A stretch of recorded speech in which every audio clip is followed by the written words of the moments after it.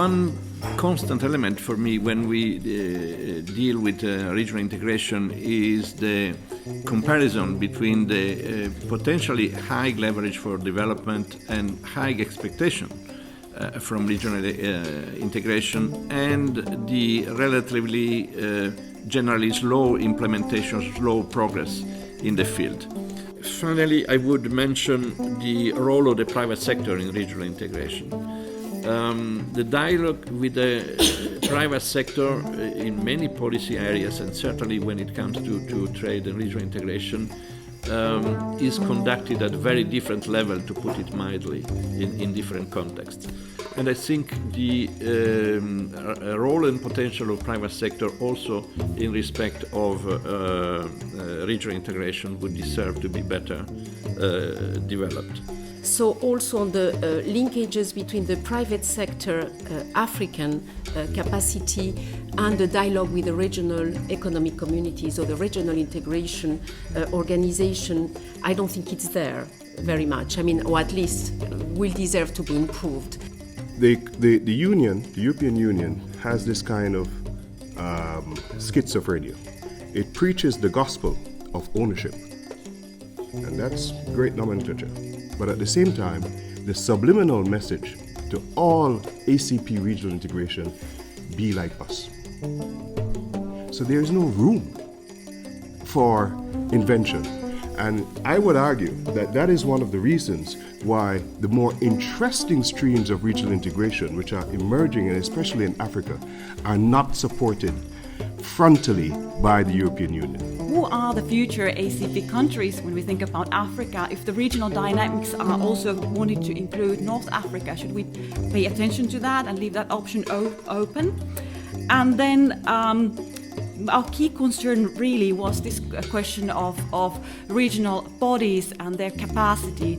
I believe it was already 20 years ago when we had first debate on this in the ministry, and we are really looking for evaluation of what kinds of improvement we have really achieved with the increased also development financing to these bodies. If we were starting with a blank sheet of paper, we wouldn't create the ACP today. I think that's the fundamental conclusion that myself and colleagues thinking about this have reached. And if we look at the ACP, I mean, there are a number of disparate groups within it. You know, the three main regions are different enough as they are, and even within Africa, the sub-regions within Africa appear to be behaving and operating differently with different objectives. So I guess the fundamental question that we have to ask ourselves is the Cotonou Agreement, is it contributing to these problems, or is it helping to address them? There are at least 13 member states in the EU that joined 2004 later that feel very little ownership related to ACP. We hardly know anything about this region. This is, from our point of view, Southern Hemisphere, apart from perhaps Southeastern Asia and Australia. This is, we can't name the countries. We have hardly been there. So that's about ownership from the EU point of view.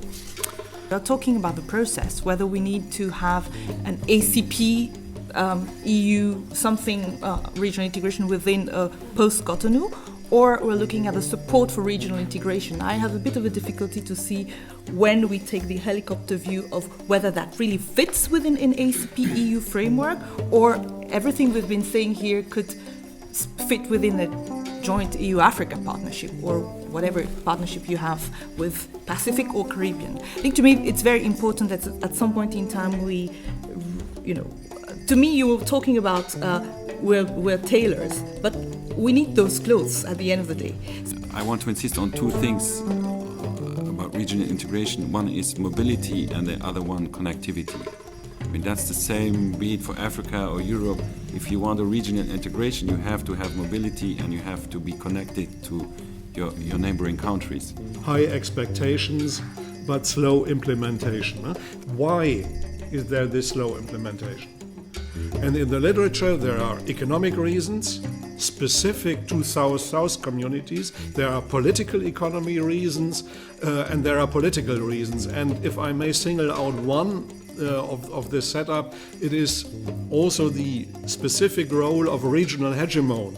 Export trade within regional integration schemes in Africa within the last decade grew by 10%.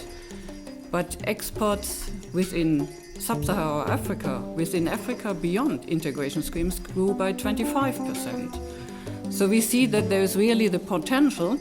There is a big potential, but it's not necessarily within the existing schemes, and some of the people have already touched upon that. So I think it's really a necessity in supporting regional integration to look beyond the schemes. One debate is what should regional integration look like, and this is for those who decide for their own regions. And the other is how can we best support that. They are two linked but different debates. Another thing which I would like to highlight as well is the problem of, we have been working recently on that, including with the colleagues from the FID and others, on the data and statistics problem. I mean, it's not new, but it's there, and I think in an area like trade, and intra-Africa trade in particular, it is very important. I mean, the informal trade and cross-border trade, I mean, informal, is sometimes 80% of the GDP in Benin and 20% in Nigeria. So there are some assumptions and policy decisions which are not necessarily based on a strong evidence base. Our African friends have managed to defend now in the trade in goods agenda, and it is all in the EPA texts now, what they deemed important, and I do as well besides, if managed well, for a proactive structural policy in agriculture and industry in particular. Export duties, infant protection clauses, a relatively long exclusion list, and so on and so forth. All that is in there, and those who have been in the negotiations know that that has been a major bone of contention. I'm very much in favor of the use of these instruments, but if they are not well used, they are a danger, because they are an invitation to protectionist policies without anything developing behind these barriers. If you want to have something that is 21st century, I agree that it has to be broader. Trade in goods, we know that today with the global trade and investment landscape that is changing, goods only, I mean, trade is more about intermediaries rather than commodities. So to me, this is really an issue. But the problem is that, we're talking about how do you broaden that? There is a fair amount of resistance from some of our partners that we are seeking to support for their own benefit as much as ours. There is widespread resistance in important quarters to what we are trying to achieve through the EPAs. And I think the key question is, why is that? The two key questions: why is that, and what can be done to assuage some of those doubts and overcome some of those concerns?